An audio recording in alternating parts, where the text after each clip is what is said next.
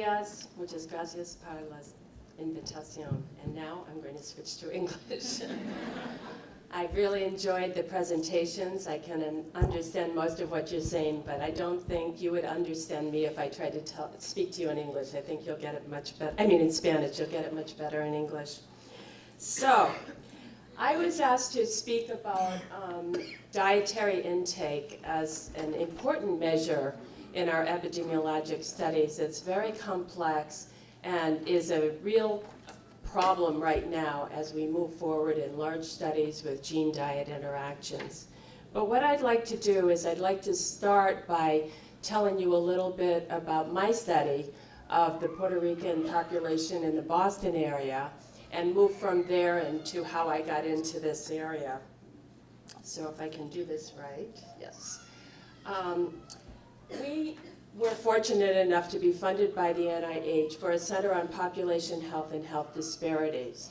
And we focus our center on the Puerto Rican population in Boston because when I first came to Boston quite a long time ago and was looking for a cohort to examine in terms of epidemiologic studies, what I found, I've always been interested in the Puerto Rican population because I've been here and I did my Ph.D. work in Panama, and so I am interested in Latinos. And what I found was there was nothing available. There were no data on the Puerto Rican population in the United States. If you look at the Haynes data, if you look at any of the national surveys, the majority of what they call Hispanics are Mexican American, and they often just separate them out, and so there really were no data available, yet I knew the population there, and I knew that there were a lot of problems. So we started working on that.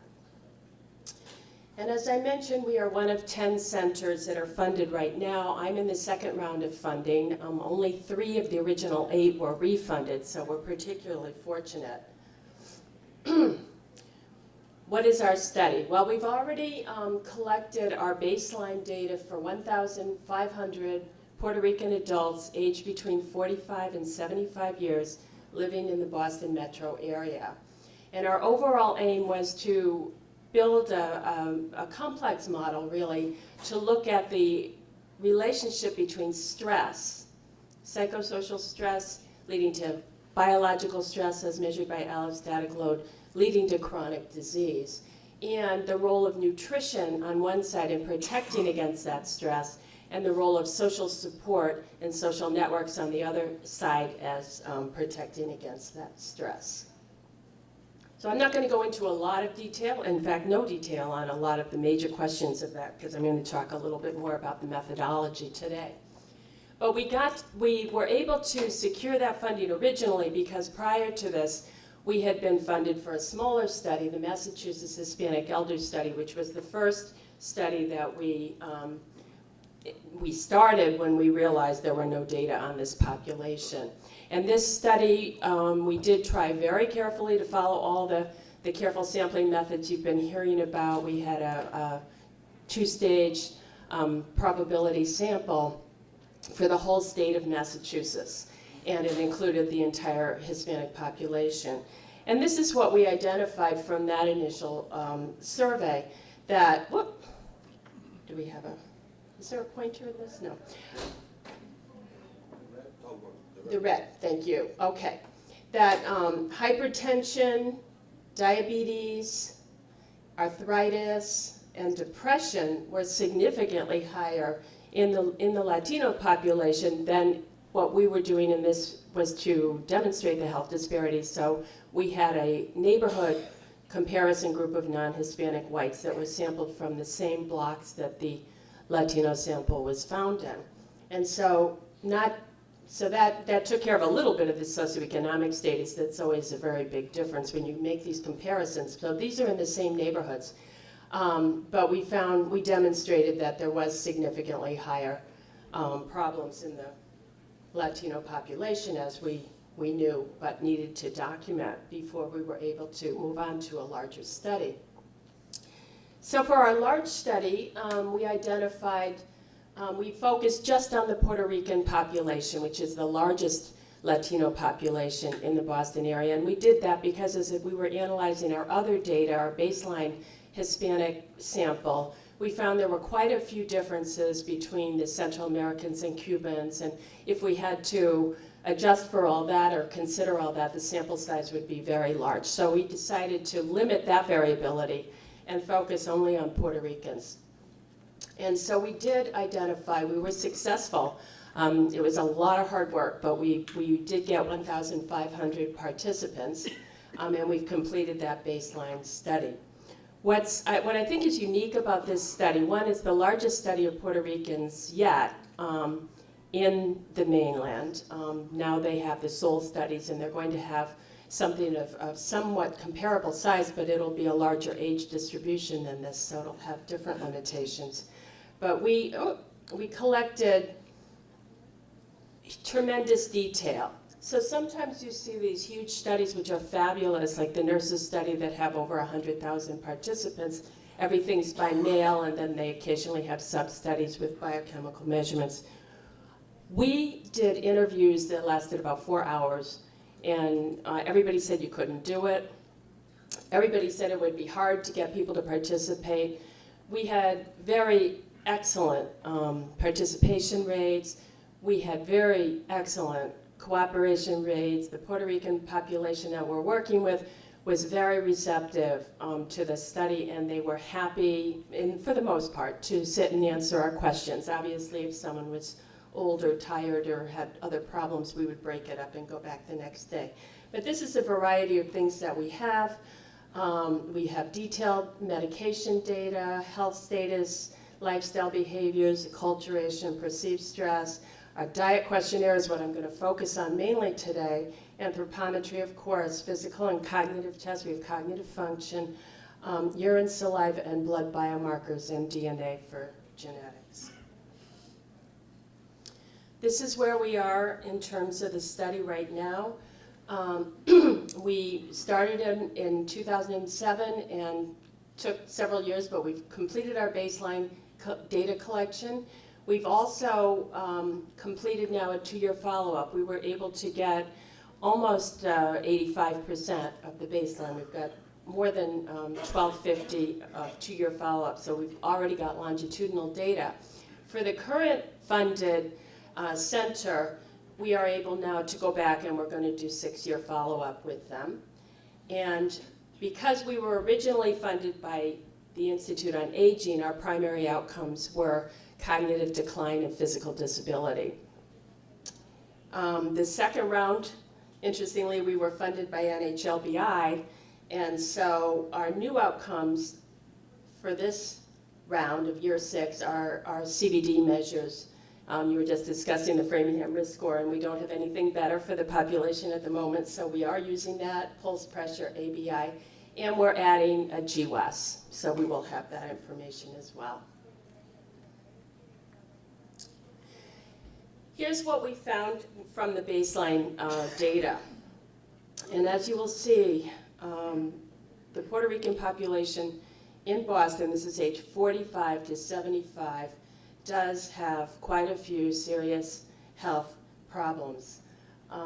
The mean age was 58. We did, as many samples do, get more female participants than male participants. We tried very hard to get males, but the females were more willing. There is a certain bias there.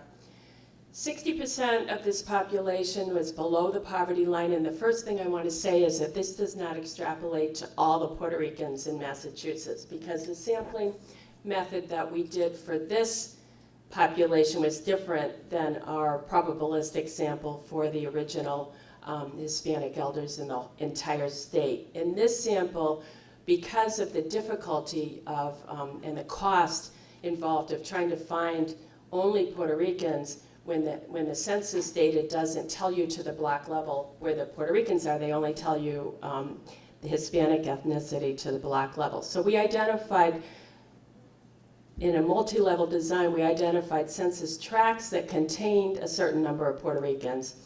Then within that, we identified blocks that contained a certain number of Hispanics, as defined by the census. So what this means is that it's not going to reach the more affluent Puerto Ricans that live in the suburbs or that live in some of the areas that are not as dense. What this is representing is the majority of the Puerto Ricans in the Boston area who live in Latino neighborhoods. So that's important, because if you took it and included everybody, these numbers would look lower than this. But that is a very important target area for public health, so that's what we're generalizing to. And so what you see here is what's very interesting about this population, low education. They've been in the US for a long time, 30 years on average. These are not new immigrants, but their language acculturation score is only 24, meaning that most of them speak very little English. So they are living in Latino communities, and they're living mostly in Spanish. Now, what we see here is, compared to some of the other numbers you've seen, these are very, very high. Obesity, 61% in women, 42% in men, and high waist circumference, 81% of the women, and that's using the existing cutoff point. If we use the cutoff point that was just recommended, which is lower, practically everyone would fall into the central obesity category. Type 2 diabetes, 40%. And this is consistent, this is consistent with our Hispanic elders survey as well, which was 30-something%, but this is just the Puerto Ricans, and it's about 8 years later, and we have 40%. Activities of daily living, there's a lot of disability in this population. We found a lot of individuals who were on disability and not working. Depressive symptomatology was extremely high, and we're doing a lot of work to explore why that is more. We've got some qualitative studies going on. We're talking to people. We're relating it to some biomarkers, but it seems to be real.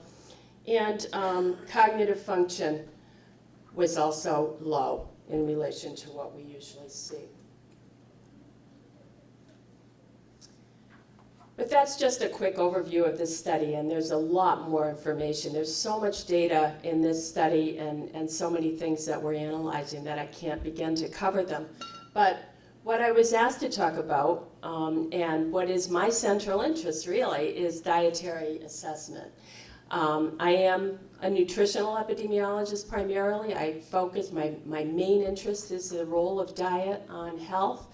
And so we realized right away when we were starting the Massachusetts Hispanic Elders Study that the existing questionnaires just didn't work for a group that has a very different dietary pattern in so many different ways. And I look around at studies in the United States, in particular, that include Hispanics, and I look at the way they're assessing diet, and I look at some of their conclusions, and I'm very concerned about the error, the extensive error that's in those data. So what I'll do now is briefly just go through the different methods of dietary assessment and how we came to where we are. First of all, in most epidemiologic studies, what we want to know is usual intake. We want to know long-term exposure. What you ate yesterday may be fine, but it's not what's going to affect your heart disease risk. It's what you eat all the time that affects it.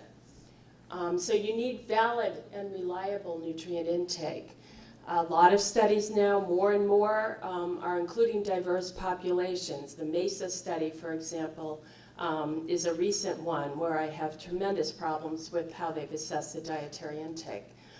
You need to also minimize the burden and minimize cost. I work with a lot of different groups on dietary intake, including I've designed the food frequency questionnaire for African Americans in the Jackson Heart Study, who also have a different diet than is assumed in the general Willett and Block food frequency questionnaires. And all the studies I work with, practically all of them except my own, want to minimize. They say, how can we get diet in 15 minutes?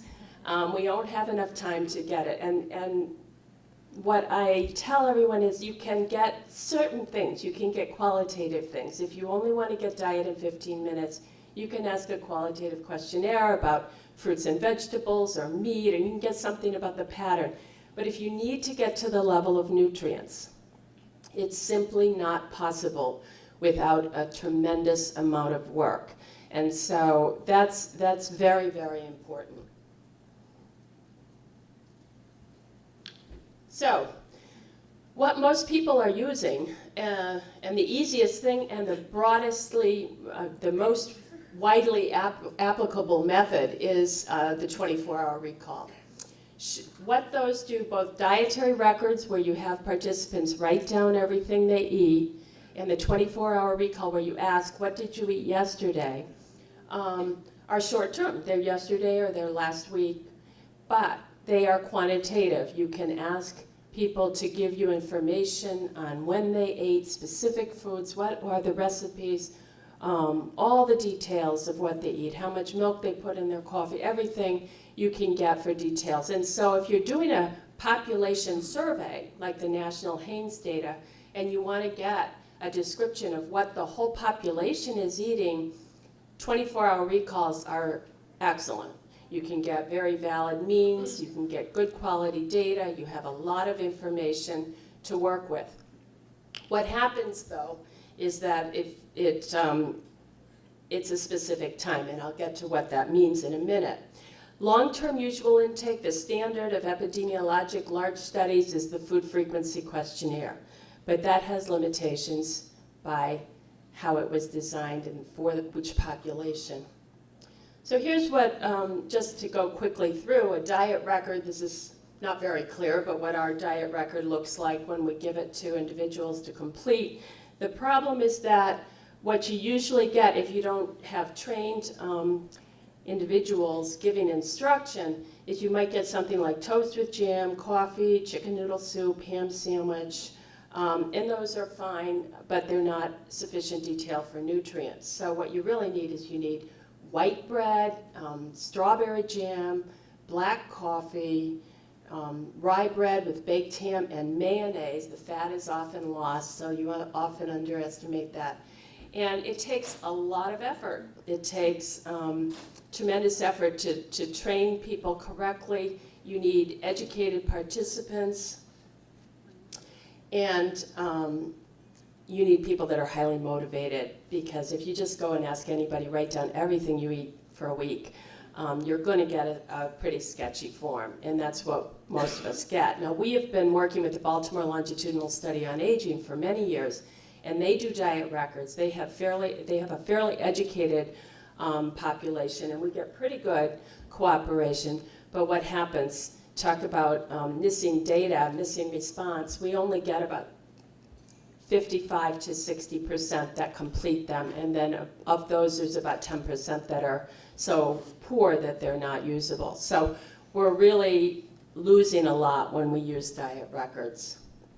The other thing we know about diet records from validation studies is that people change their eating habits when they write down. In fact, it's a good way to diet, so that if you're paying attention, you may not eat the whole bag of potato chips. You know, you might not have a second serving.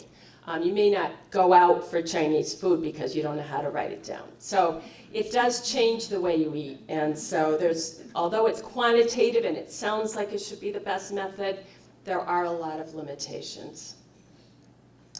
The recall is actually, to me, much preferred to diet records, because you can have trained interviewers ask people what they ate yesterday in a very careful way.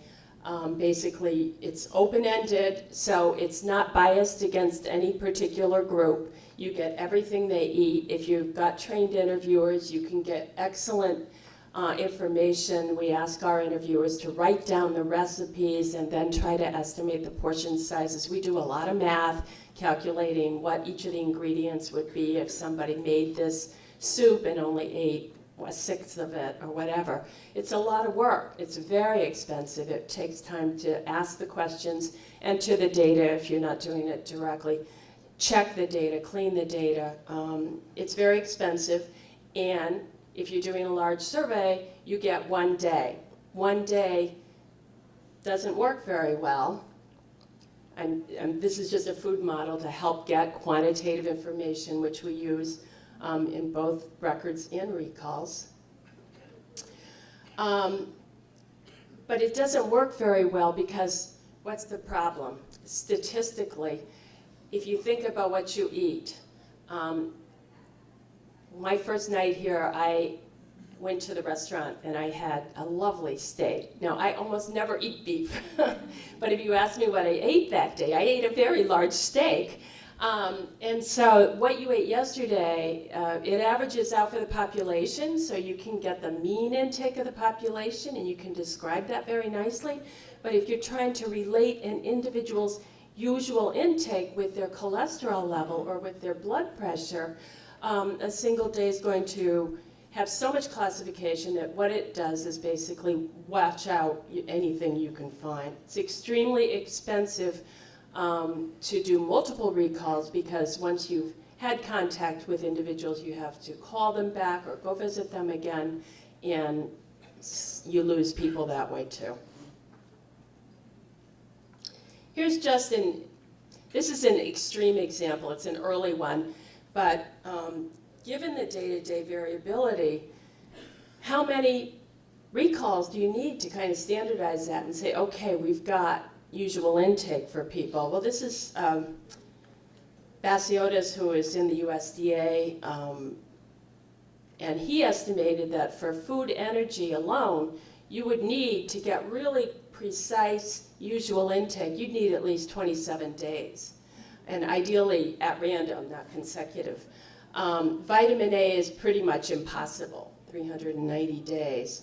Saturated fat, which we're all interested in, 71 days. So obviously that's not feasible. That was partly why there was a huge move to food frequency questionnaires. In fact, in the Framingham study, when I first was at Tufts, we were working with the Framingham study, which I still work with the Framingham study, but at that time there was no dietary assessment at all in the Framingham study. And what we were told was that they had tried to do a 24-hour recall and it didn't relate to anything.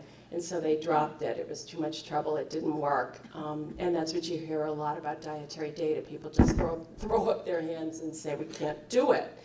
And the reason, of course, was because a single day has so much misclassification error that you don't see anything.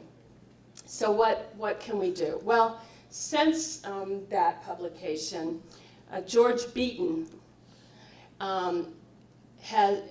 in Toronto, Canada, did wonderful work on the statistical probability of day-to-day variation. And he showed that when you have a single recall, it will pull out the tails and exaggerate it'll exaggerate cutoff points, basically, for the number of people that are low, which is something we're looking for in national surveys. So there's been a lot of statistical work since then to adjust for that. But more importantly for epidemiologic studies, what the misclassification does is it leads to attenuation. So if this is the true association with all that misclassification, people that are here but really should be here, you get a flat slope and you can't see anything. So what they're doing now, the statisticians there's a wonderful group of statisticians working on this, and they have developed formulas that if you have at least 2 recalls or 2 records, preferably non-consecutive, you can assess the day-to-day variability, and with that you can make adjustments. So the current status of what they're doing, for example, in the NHANES data and what the National Cancer Institute, which has a wonderful dietary group, is recommending, is to always have at least 2 recalls so that you can make some adjustments. You identify the various variance components, which is quite easy in a SAS. I use SAS proc VARComp, and you get basically the intra and interperson variability. And if the day-to-day variability exceeds the difference between people and the average of those two recalls, then what you've got is a very difficult situation to find anything. So that's what really matters. And so we find that this is an example of saturated fat. If you look at vitamin A, the interperson variability is like 20 times the between, and you can't see anything. So, but you can use that information in a statistical model to correct your final answer. And this has been breakthrough work for nutritional epidemiology, because before this, everybody said, it's all this trouble to measure diet and you can't find anything, and then you get a relative risk of 1.1. What does that really mean clinically? And what you can do with this, at least on straightforward analyses, is that you can say, okay, I got an odds ratio of, or I got a regression coefficient of X. There are ways to do the odds ratio too, which I don't have time to get into, but you can correct correlation coefficients, regression coefficients, and it's more difficult, but also odds ratios. And you can say that, okay, I got this with my data, but if I correct for the day-to-day variation, the truth is likely 1.4 because of the day-to-day variation, and I'm assuming it's random, and there I'm assuming that's a valid correction. And it really has changed the way people have looked at diet and health. They've acknowledged that, yes, there is a lot of error, and if you clean it up, it does look like diet is having a huge effect on our health, and so it's a major advance. There's still a problem though. Things like vitamin A, 2 recalls, you do this adjustment, it's just not enough. If you have, the reason vitamin A is so variable is that if you eat liver, you get like 1,000 times what you usually get on any other day. If you have days where you have no green vegetables and no meat, you have almost no preformed vitamin A or beta carotene. So the newest dietary assessment that's being recommended by the NCI is a more complex approach where you use 2 24-hour recalls and a propensity questionnaire.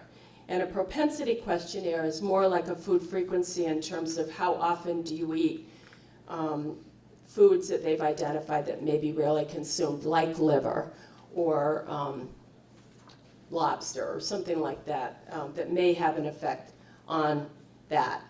And it's not perfect, but what they're in the middle of working on right now is statistical modeling to blend this information. So they have the 2 recalls, they adjust for the day-to-day variability, and then they adjust for the intake of unusual foods. So you're putting a lot of variables in the model. You're saying, okay, they eat liver once a month and it wasn't on either of their recalls, but we're putting it in the model so that we know that they do have some exposure to vitamin A. It's kind of like adjusting for taking a supplement. So that is what people are doing now. Unfortunately, if you look at the papers on this, you pretty much need to be a statistician in order to follow what to do. It's extremely complicated, and it differs on specific foods, on different nutrients, on the population being studied. But for those of you who are interested, NCI is offering a webinar series on how to do this. It is 12 sessions of an hour and a half every Tuesday morning. So it's like a whole class just to learn how to use this analysis method. But it's available, and of course I'm gonna listen to it and see what their updates are. But this is something that is really exciting statistically and methodologically. And it's something they're using with the national survey data. But for most people with smaller studies, or if you look at most existing diet and health studies, nobody's really using this yet because it's simply too complex and hasn't been completely worked out. So we get back to the food frequency questionnaire, which is what we're still using. I'll go through this quickly because I'm running out of time. But a food frequency questionnaire, basically, you just have a list of everything and you ask how often you eat it. Now, most of the basic ones have the portion size questions at the end here, but we found in testing that that doesn't work as well, so we've kind of grouped the portion and put them down below. So we've made a lot of adjustments in the way that we do ours. It's got tremendous advantages in that it measures usual intake in a single administration. It's much less expensive. We've got scannable forms. You send it back to us for $20. You can get everything. Whereas a recall with the collection and the entry and everything can be $100 a day, and you've got to have at least 2. So it's a huge difference in cost. The disadvantages, and there are serious disadvantages, are that there's a defined food list. The most common ones are the Block and the Willett Harvard questionnaires. They were designed based on national data in the United States, and they do not cover Puerto Rican foods, for example. When they have, the ones that are out there that are trying to be multi-ethnic, and some of them have done a reasonable job, but many of them have just added foods. Okay, we don't have these foods, so we better make sure we cover this. In our detailed work in developing the food frequency questionnaire for the Puerto Rican population, we found that the foods were simple, but they didn't do it. What really mattered was huge differences in portion size and recipe assumptions, and I'll go through just a few of those. First of all, before I do that, just to illustrate, these are the Harvard questionnaire and the Block questionnaire that were used in a national study of WIC moms. And basically what you find is they worked pretty well in terms of validation. I know they look low, but for diet, that's pretty good because we don't have a gold standard. We're comparing error against error. But when you look at the Hispanic population, instead of 44, you've got 14. Instead of 53, you've got 0.09. They're not evenly valid. So if you think about that statistically, and then you compare populations and you do interactions, and you've got differences in the rates of error and the types, you've got a mess, really. And so I've been quite concerned about this. Here's another multi-ethnic one in Hawaii and Los Angeles. In this case, again, what we also found is that African Americans, much lower. Latinos, a little better there, where they've been working for a longer time with the Mexican American population. Japanese Americans, not so well either. The people in the Jackson Heart Study realized this, which is why they asked me to help them create a special form for that. And I could show you that another time, but I didn't bring those data. We've got that well validated now. Blood markers are another way to validate forms, and here again you see that there are differences in African Americans versus whites, non-Hispanic whites, in terms of validity. So we've got to do something about this. Right now the state of the art is poor. We've got more and more combined studies, and we're not getting good data. This has become much more of an issue for more people recently because of the large genetic studies where people are all trying to combine data and compare things across studies. And I'm going to run out of time, so I'm going to go this real quickly. But this is just in developing our questionnaire. We added foods. We looked at recipes, and we looked at the assumptions behind each line item on the food frequency questionnaire. For example, baked beans are very common in the typical questionnaire, which would have a lot of sugar and other things, whereas pink beans are much more common in the Puerto Ricans. And our validation showed that we would have, if we used an original Block questionnaire, we would have shown a huge difference in energy intake. We were able to get it closer with our new questionnaire. This was even more important for folate, which is a nutrient we're interested in. We would see a significant difference when in the recalls there was actually none. So you've got all this bias in all kinds of directions when people just take a Block and use it with different groups, or a Willett. This is showing that with correlations, we were able to significantly improve the correlations with our new questionnaire. So, issues, oil and rice, milk and coffee. The assumptions on the existing questionnaires are so far off that it practically makes the Puerto Rican data worthless because they don't count the oil in the rice. So you're losing all that fat for 2 or 3 servings a day. They assume a tiny bit of milk and coffee if you say you're milking coffee, whereas as we drink it here in half a cup, it's just so completely wrong, and people don't have enough of an understanding of the cultural patterns or of dietary assessment to get that right. We also found vegetables in beans and stews were very important when counting number of vegetables. It looked like the population wasn't eating any vegetables, but in fact they were at least getting peppers and onions and tomatoes in that, and we validated against carotenoids. Very good lycopene in the Puerto Rican diet due to the tomato sauce. So just to finish up quickly with the original thing I was asked to look at is, where are we today in epidemiologic research? Well, you've heard a lot from several of the speakers about the importance of genetics. And genetics is introducing a whole new complexity. I mean, just ethnic variation is one in behavior and everything. But now the genetic variation on top of that is making our analyses very complex. And we're getting a lot of noise, and we're getting a lot of disagreement in the literature, and we're trying to clean it up. But basically what we know, what we heard from several of the excellent presentations, is that genetics is one thing, but it's really the interaction between the environment that makes a difference.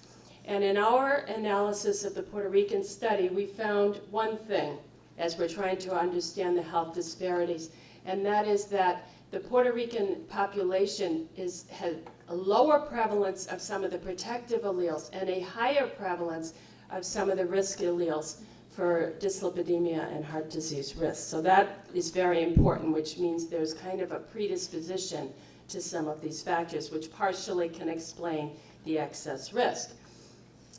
But when we look at it, and I apologize for having to go through this so fast, and I believe you'll make the slides available to people later. When we look at interactions with diet, we find tremendous differences by genotype. And so here's just ApoA2 dietary fat and BMI with increasing saturated fat. If you have a certain polymorphism, you increase your saturated fat from what people used to eat on the island 20 years ago to the amount of saturated fat eating today, there's a rapid increase in BMI. Same with here, waist circumference.